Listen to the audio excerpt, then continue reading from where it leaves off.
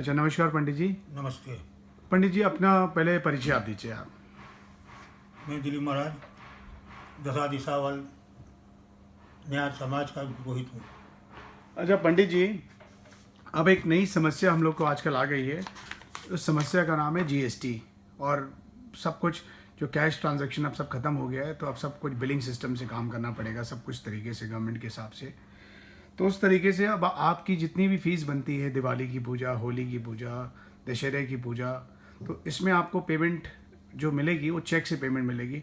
तो उस पर आप किस तरीके से कार्य करेंगे?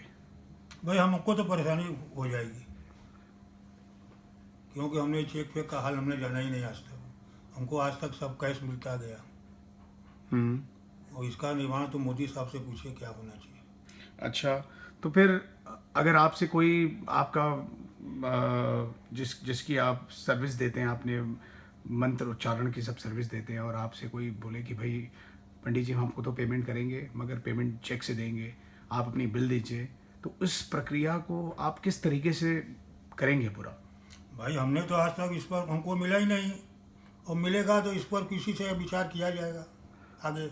तो आपने आज तक किसी सीए से अपने इस मसले के लिए बात की है? ऐसा हमको काम ही नहीं पड़ा, तो हम क्या मसले से बात करेंगे। तो आप जो आपके साथ जो समस्या अभी आ रही है, इस मसले पे आपने मोदी जी से कुछ बात, मोदी जी के लिए कोई सजेशन है आपके लिए? मोदी से सजेशन ये है कि जो भूखमरी की स्थिति हो गई है आपको यहाँ किस पर। आपको किस प्रकार की भूख क्यों? लगी? चेक आएगा, चेक आएगा तो वो क्या करेगा? 2 दिन बाद पैसा मिलेगा, बैंक में जाएगा, आएगा, करेगा, और उसको तो तुरंत ही चाहिए। वहाँ पर चूल्हे पर जो है अनाज चढ़ेगा तब न बनेगा।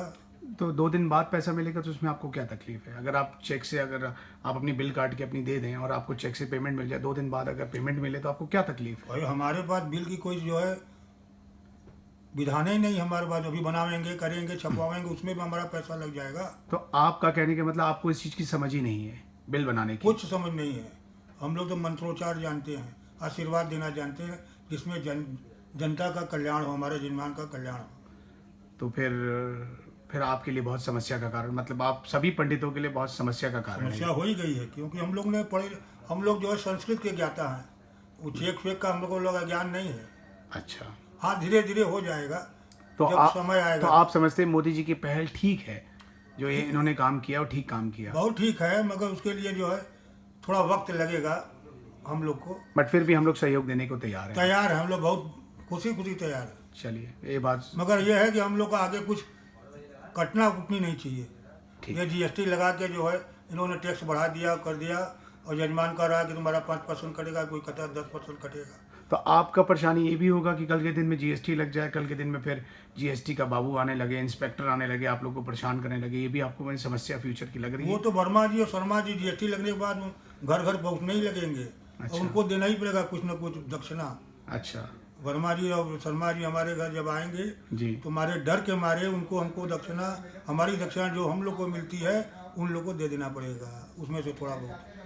चलिए, तो अंत हमें लग रहा है कि आपकी बातों से ये मालूम पड़ रहा है कि आप मोदी जी को समर्थन तो जीएसटी का दे रहे हैं, मगर थोड़ी कठिनाई आई दे है। रहे हैं, मगर थोड़ी परेशानी है, आगे कर सही हो जाएगा। चलिए, आप अपना पान भी जमा लीजिए उसी तरीके से, क्योंकि आप बहुत देर से रुके पड़े हैं। गोविंद नाम गाओ। वो आप लोग इस पर विचार करिए कि ब्राह्मण की जीविका कैसे चलेगी। चलिए, इसी बात पे इस इंटरव्यू को यहीं समाप्त करते हैं। बहुत बहुत धन्यवाद। जय प्रभु, जय प्रभु, जय। धन्यवाद।